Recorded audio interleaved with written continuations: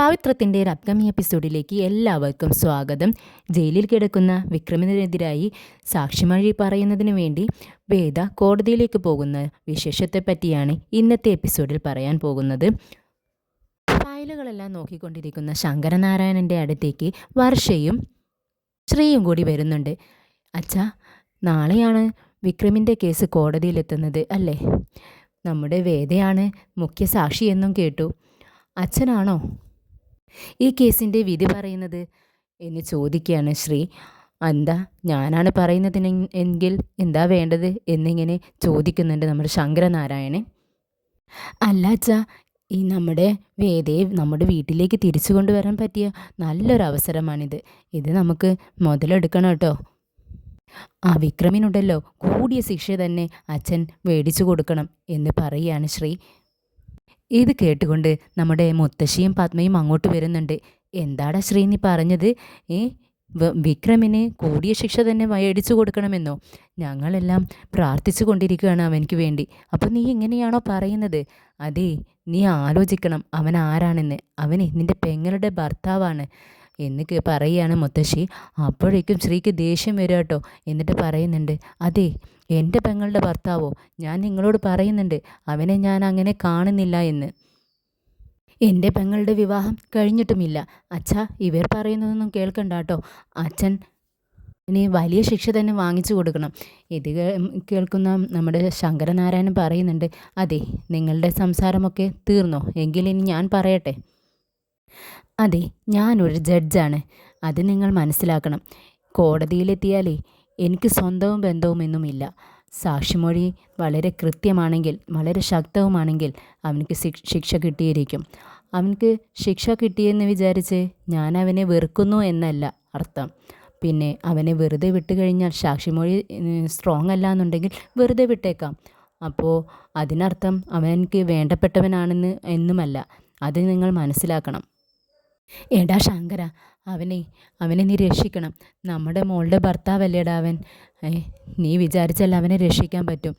നമ്മളുടെ മോളുടെ ജീവിതം വെച്ച് കളിക്കരുത് നീ എന്നൊക്കെ ഇങ്ങനെ പറയുന്നുണ്ട് നമ്മുടെ മുത്തശ്ശി. പക്ഷേ ശങ്കരനാരായണൻ ഇതൊന്നും ചെവിക്കൊള്ളുന്നില്ല. എന്നിട്ട് പറയുന്നുണ്ട്, അതെ എനിക്ക് പറയാനുള്ളതെല്ലാം ഞാൻ പറഞ്ഞു. ഇനി എല്ലാവരും അങ്ങ് മാറി നിന്നേ, ഞാൻ അങ്ങോട്ട് പോട്ടെ, കുറച്ച് നേരം കിടക്കട്ടെ എന്നും പറഞ്ഞുകൊണ്ട് ശങ്കരനാരായണൻ മുകളിലേക്ക് കയറി പോവുകയാണ്. പിന്നീട് ശ്രീനി സാറിനെയും വിക്രമിൻ്റെ ഫ്രണ്ട്സിനെയുമാണ് കാണിക്കുന്നത്. ശ്രീനി സാറ് പറയുന്നുണ്ട്, അതെ ഞാൻ എത്ര ആലോചിക്കുന്നത് നമ്മുടെ വിക്രമിനെ എങ്ങനെ രക്ഷിച്ചെടുക്കാം എന്നാണ്. അശോകനുണ്ടല്ലോ, അശോകൻ്റെ മകന് കുറച്ച് സീരിയസ് ആണെന്ന് പറയുന്നുണ്ട്. അപ്പോഴേക്കും ജോസഫ് പറയുന്നുണ്ട്, അതെ സാറേ, പിന്നെ അശോകൻ്റെ മകന് കുറച്ച് സീരിയസ് തന്നെയാണ്. പിന്നെ അവനെങ്ങാനും മരിച്ചു പോയാൽ നമ്മുടെ വിക്രമിനെ തൂക്കിക്കൊല്ലാൻ വിധിക്കുമെന്നൊക്കെയാണല്ലോ കേൾക്കുന്നത്. അത് ശരിയാണോ സാറേ? അപ്പോൾ ശ്രീനി സാറ് പറയുന്നുണ്ട്, അതെ നിങ്ങൾ കേട്ടത് ശരി തന്നെയാണ്. സ്ട്രോങ് വീക്ക്നെസ് ഉണ്ടെങ്കിൽ, അതായത് നേരിൽ കണ്ടൊരു സാക്ഷിയുണ്ടെങ്കിൽ ആ ആൾക്ക് തൂക്കുകയറ് തന്നെ കിട്ടും. അത് ശരി തന്നെ നിങ്ങൾ കേട്ടതെന്ന് പറയുകയാണ്. ഇത് കേൾക്കുമെന്ന വിക്രമിൻ്റെ ഫ്രണ്ട്സ് എല്ലാവരും തന്നെ പേടിക്കുക കേട്ടോ. ആകെ അന്തം വിട്ട് നിൽക്കുകയാണ്. ഇനിയിപ്പോൾ എന്താ സാറേ ചെയ്യാന്ന് ചോദിക്കുന്നുണ്ട്. അപ്പോൾ രാജേട്ടൻ ചോദിക്കുന്നുണ്ട്, സാറേ നമുക്കുണ്ടായ സംഭവം അങ്ങ് പറഞ്ഞാലോ കോടതിയിൽ? ഇപ്പോൾ വിക്രമിനെ എന്തിനു വേണ്ടിയിട്ടാണ് അറസ്റ്റ് ചെയ്തിരിക്കുന്നത് ആർക്കും അറിയത്തില്ലല്ലോ. അപ്പോൾ നമുക്കങ്ങ് പറഞ്ഞാലോ? ഒരു പെൺകുട്ടിയെ ഉപദ്രവിച്ചതിനാണ് അശോകൻ്റെ മകനെ വിക്രം തല്ലി ചതച്ചതെന്ന് നമുക്ക് അങ്ങ് കോടതിയിൽ ചെന്ന് പറഞ്ഞാലോ സാറേ? അപ്പോൾ നമ്മുടെ വിക്രമിനെ എല്ലാവരും അവർ വെറുതെ വിടില്ലേ എന്നിങ്ങനെ ചോദിക്കുക കേട്ടോ. ഇത് കേൾക്കുന്ന ശ്രീനി സാറ് ശാസിക്കുന്നുണ്ട് കേട്ടോ അവരെ. എന്താ നിങ്ങൾ പറഞ്ഞത്? ആ പെൺകുട്ടിയുടെ പേര് കോടതിയിൽ പറയാനോ? അതിന് വേണ്ടിയിട്ടാണോ വിക്രം ഇത്രയെല്ലാം സഹിച്ചത്? വിക്രം നിങ്ങളോട് എന്താ പറഞ്ഞത് ഈ ഒരു കാര്യത്തെപ്പറ്റി? ആ പെൺകുട്ടിയുടെ പേര് കോടതിയിൽ ഒരിക്കലും പറയരുത്. ആ ഒരു വിഷയം തന്നെ ആരും അറിയരുതെന്നല്ലേ നിങ്ങളോട് പറഞ്ഞത്? അതുകൊണ്ട് തന്നെ നിങ്ങൾ ആരും തന്നെ അത് പറയരുത്. പിന്നെ വിക്രമിനെ രക്ഷിക്കാൻ നമുക്കൊരായിരം വഴികളുണ്ടാവും. പക്ഷേ ആ പെൺകുട്ടിയുടെ പേരോ അവളുടെ അച്ഛൻ്റെ പേരോ ഒരിക്കലും നിങ്ങൾ ആ കോടതിയിൽ പറയരുത് കേട്ടോ എന്ന് പറയണേ. അങ്ങനെ എല്ലാവരും തന്നെ അവിടെ നിന്ന് പോകുന്നുണ്ട്. പിന്നീട് വിശ്വം ജോലിക്ക് പോകാൻ വേണ്ടി റെഡിയായി നിൽക്കുകയാണ്. അങ്ങോട്ടേക്ക് കമലാമ്മ വരുന്നുണ്ട്. ആ വിശ്വ, നീ അപ്പോൾ കോടതിയിലേക്ക് വരുന്നില്ലേ? ഇല്ല അമ്മേ, ഞാൻ വരുന്നില്ല. ഞാൻ ശ്രീജയ അമ്മയുടെ കൂടെ പറഞ്ഞയക്കാം. എനിക്കിപ്പോൾ ജോലിക്ക് പോകാണ്ടിരിക്കാൻ പറ്റത്തില്ലേ അമ്മേ. അവിടെ എന്തെങ്കിലും വിശേഷങ്ങളുണ്ടായാൽ അമ്മ എന്നെ വിളിച്ചാൽ മതി, ഉടനെ ഞാൻ അങ്ങോട്ടേക്ക് വന്നോളാം എന്ന് പറയുകയാണ്. അപ്പോൾ വിനയനും പറയുന്നുണ്ട്, അതെ അമ്മേ, വീട് നോക്കാനേ ഞാനും നന്ദിനിയും കൂടി ഇരുന്നോളാം. അച്ഛൻ ഇങ്ങോട്ട് വരുന്ന സമയത്ത് അച്ഛന് ഭക്ഷണമൊക്കെ എടുത്തു കൊടുക്കണ്ടേ, അത് നന്ദിനി എടുത്തു കൊടുത്തോളും എന്നിങ്ങനെ പറയുക കേട്ടോ. അപ്പോൾ നമ്മുടെ കമലാമ്മയ്ക്ക് ദേഷ്യം വരുന്നുണ്ട്. ഇത് രണ്ടുപേരുടെയും ഗൂഢാലോചനയാണെന്ന്, നന്ദിനിയുടെയും വിനയൻ്റെയും ഗൂഢാലോചനയാണ് ഇതെന്ന് നമ്മുടെ കമലാമ്മയ്ക്ക് മനസ്സിലാവുകയാണ്.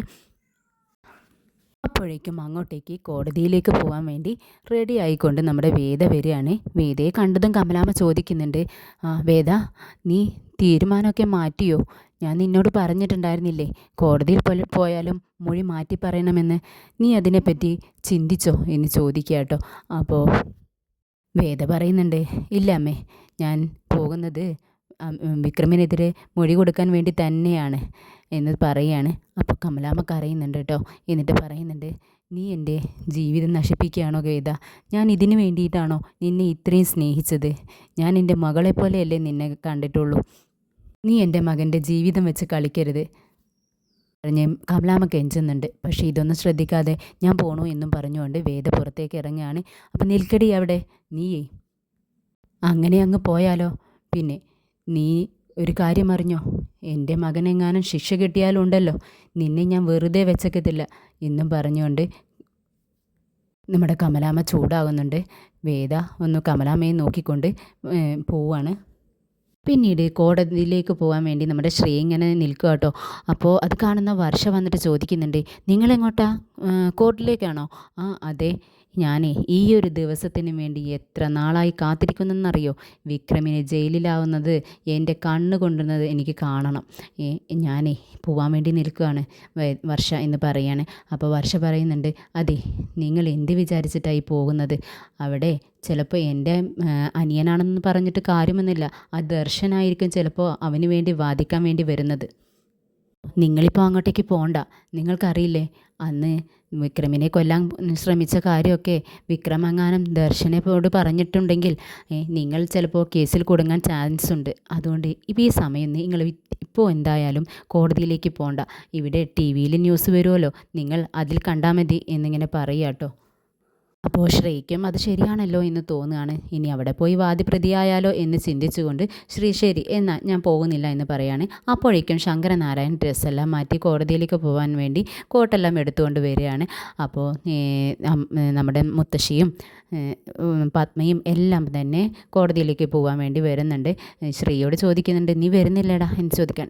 ഇല്ല അമ്മ, ഞാനിവിടെ ഇരുന്നോളാം, നിങ്ങൾ പൊക്കോളൂ എന്ന് പറയുകയാണ്.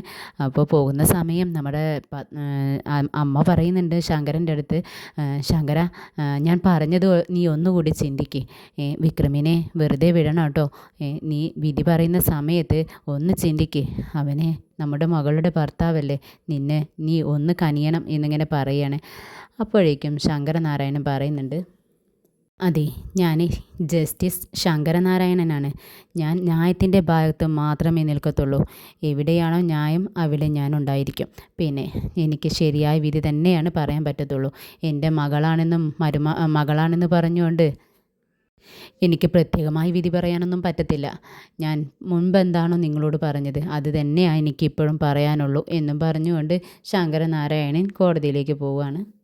കോടതിയിലെത്തുന്ന സമയത്ത് പത്മവും മുത്തശ്ശിയും നമ്മുടെ കമലാമ്മയെ കാണുന്നുണ്ട്.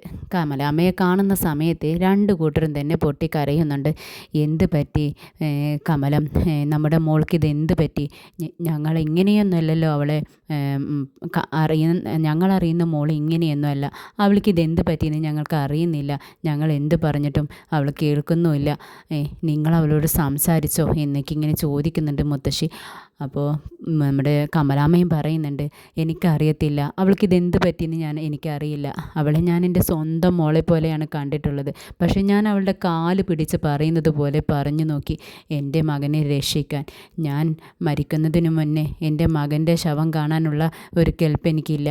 അതുകൊണ്ടാണ് ഞാൻ അവളോട് ഇങ്ങനെ പറയുന്നത്. എൻ്റെ മകൻ്റെ ജീവിതം വെച്ച് കളിക്കരുതെന്ന് ഞാൻ 100 വട്ടം പറഞ്ഞു നോക്കി. പക്ഷേ അവളൊന്നും ചെവിക്കൊള്ളുന്നില്ല. ഇനി നിങ്ങൾ കൂടി ഒന്ന് പറഞ്ഞു നോക്കി എന്നിങ്ങനെ പറയുകയാണ്. ശരി, അവൾ ഇങ്ങോട്ട് വരട്ടെ എന്ന് പറയുമ്പോഴേക്കും നമ്മുടെ വേദ അങ്ങോട്ട് വരുന്നുണ്ട്. ഓടി ചെല്ലുന്നുണ്ട് നമ്മുടെ മുത്തശ്ശി. എന്നിട്ട് പറയുന്നുണ്ട്, മോളെ നിനക്കിത് എന്ത് പറ്റി? നീ മൊഴി മാറ്റി പറയുന്നതിന് വേണ്ടിയല്ലേ വന്നത്? നീ നിൻ്റെ ജീവിതം വെച്ചാണ് ഈ കളിക്കുന്നത്. നീയും നിൻ്റെ വിക്രമും നിങ്ങളുടെ മക്കളുമായിട്ടൊരു 100 വർഷം ജീവിക്കുന്നത് കാണാനുള്ള കൊതിയാണ് ഞങ്ങൾക്ക്. നീ അതില്ലാതാക്കരുത് മോളെ എന്ന് പറയുക കേട്ടോ. അപ്പോഴേക്കും നമ്മുടെ വേദ പറയുന്നുണ്ട്, മുത്തശ്ശി ഇങ്ങനെയൊക്കെ തന്നെയാണോ പറയുന്നത്? എന്തായാലും ഞാൻ മൊഴി മാറ്റാനൊന്നും പോകുന്നില്ല. ഞാൻ കണ്ട കാര്യം പറയും. അതിന് വിക്രമിന് ശിക്ഷ കിട്ടുന്നുണ്ടെങ്കിൽ അതിന് കൂടിയ ശിക്ഷ തന്നെ കിട്ടണം. അതിന് ഞാൻ ഒരു